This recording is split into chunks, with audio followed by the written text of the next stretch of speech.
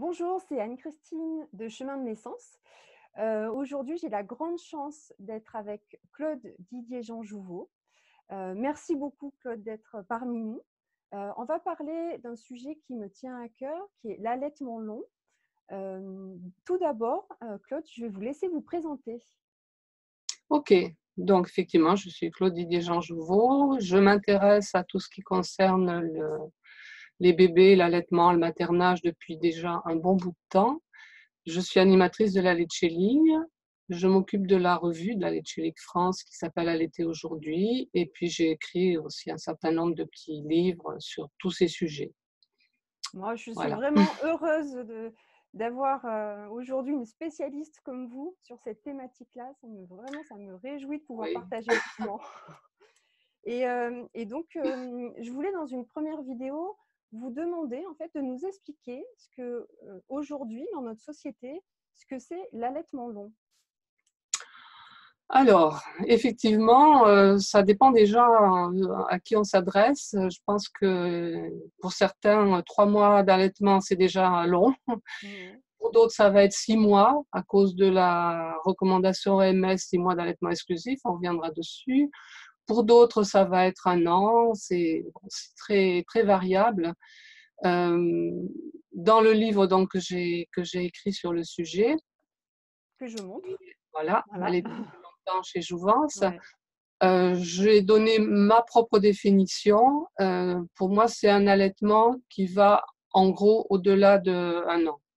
Au-delà du moment où le bébé devient ce qu'on appelle un bambin, enfin, qui commence à marcher, etc. Mais bon, c'est arbitraire, hein. Et donc, en fait, si on écoute par exemple Jack Newman, il dit qu'on ne devrait pas parler d'allaitement lent, on devrait parler d'allaitement non écourté, en fait. Oui. Puisque la norme, ça devrait être un allaitement long, justement. Et Eh oui. quand on parle d'allaitement long, ça veut dire que c'est plus long que ça ne devrait, un petit peu.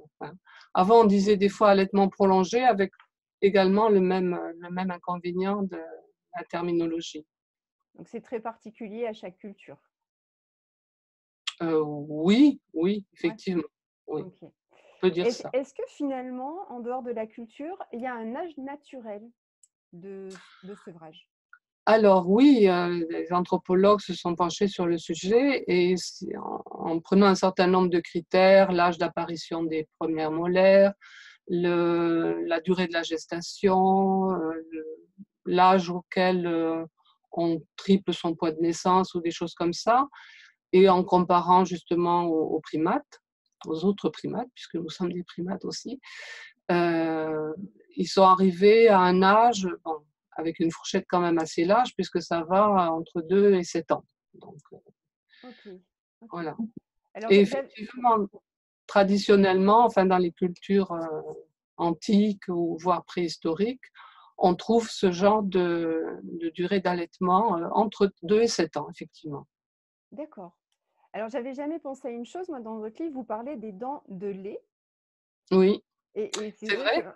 voilà, on les appelle Oui, les dents de lait. Donc, oui. est-ce que ça voudrait dire que l'âge normal de sevrage, c'est quand ces dents de lait, Certains le pensent effectivement, que tant qu'on a des dents de lait, on devrait avoir du lait, et puis effectivement du lait de notre propre espèce, oui, si possible. ouais. Ok, d'accord.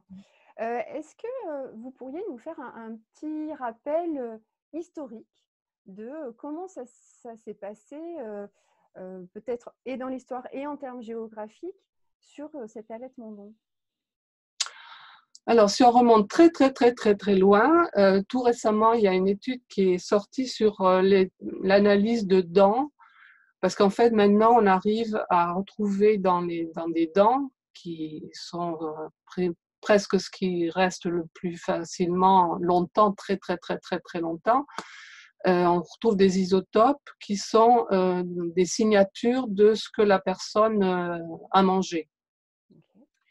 Et donc, tout récemment, il y a une étude qui est sortie sur l'analyse de 2 ou 3 dents d'ancêtres, c'est des espèces d'homo, mais pas des homo sapiens, hein, il y a 2 millions d'années à peu près.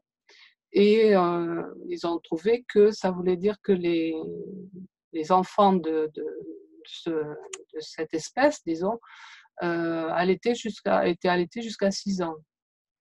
D'accord.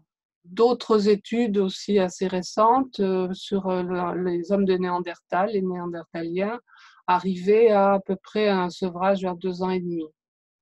Donc en fait, je pense que à mon avis, c'est assez récent toutes ces études et avant on ne pouvait pas faire ces genres d'analyse, donc on va pouvoir sûrement dater beaucoup plus facilement ce genre de choses maintenant qu'on ne le faisait avant.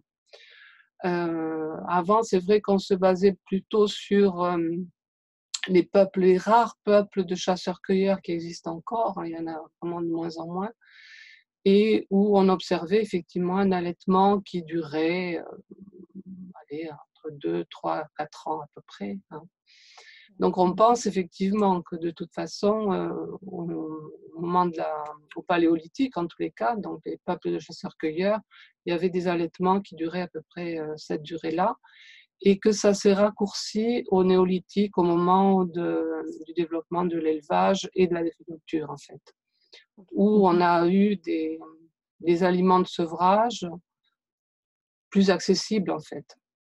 D'accord. Alors, je fais le parallèle avec ce que dit Michel Audin aussi, sur le Oui, fait que c'est à ce moment-là que, a priori, le moment de la naissance a aussi changé. Donc, il y a oui. beaucoup de choses qui ont changé. Il y a beaucoup de choses qui ont Ouais, changé. Je ouais, pense aussi la condition des femmes. oui, Je pense qu'il y a plein de choses qui ont changé à ce moment-là, oui.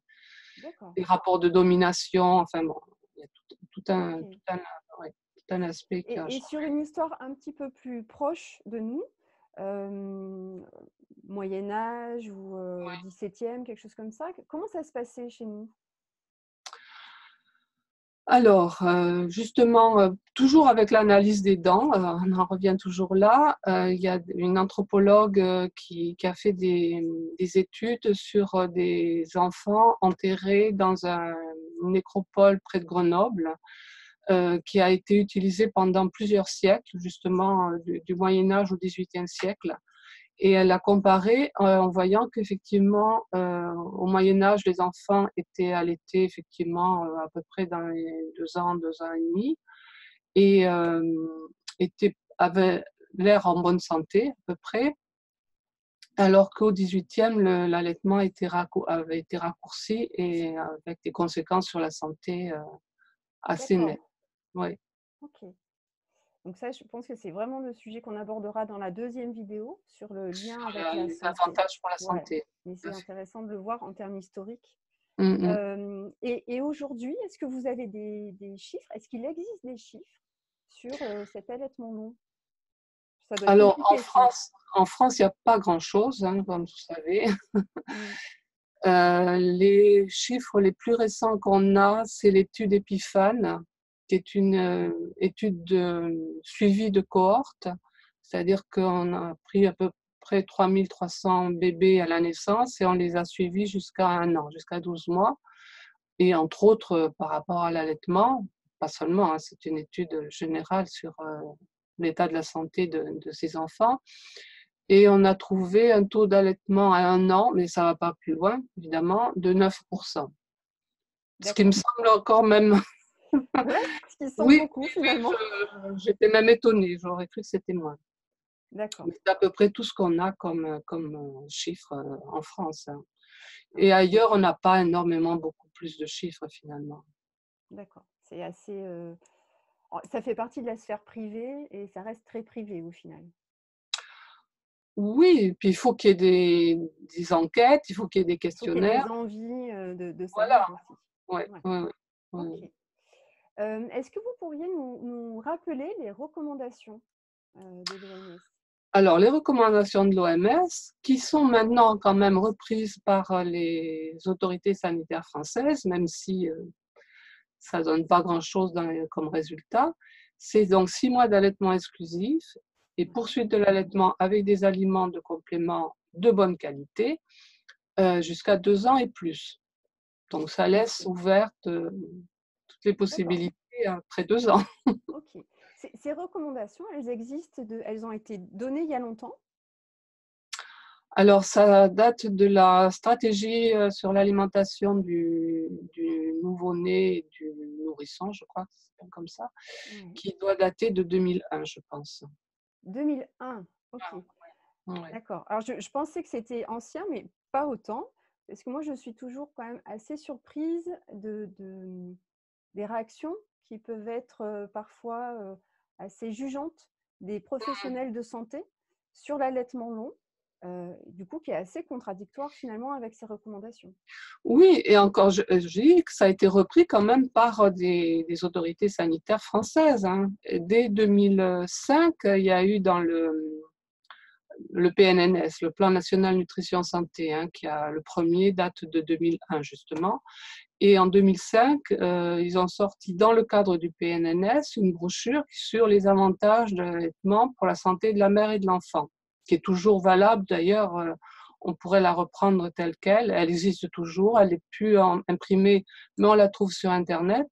D'accord. Et dans cette brochure-là, en 2005, il y avait les recommandations, enfin, les mêmes recommandations que Ouais, l'OMS. ok.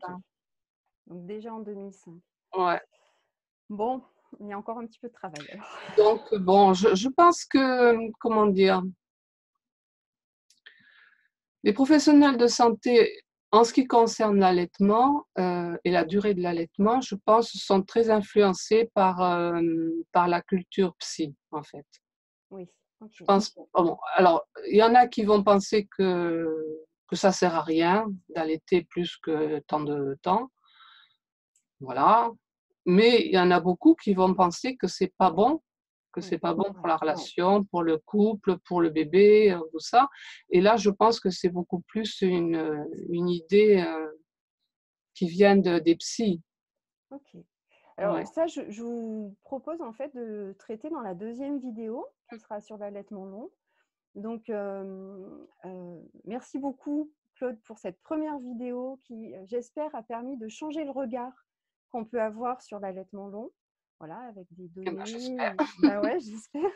Et puis, donc, très bientôt, on se retrouve pour une deuxième vidéo sur l'allaitement long et la santé, où on abordera le sujet dont vous venez de parler, et puis tous les bénéfices qu'il peut y avoir sur l'enfant qui devient adulte aussi, Mm. et puis la maman.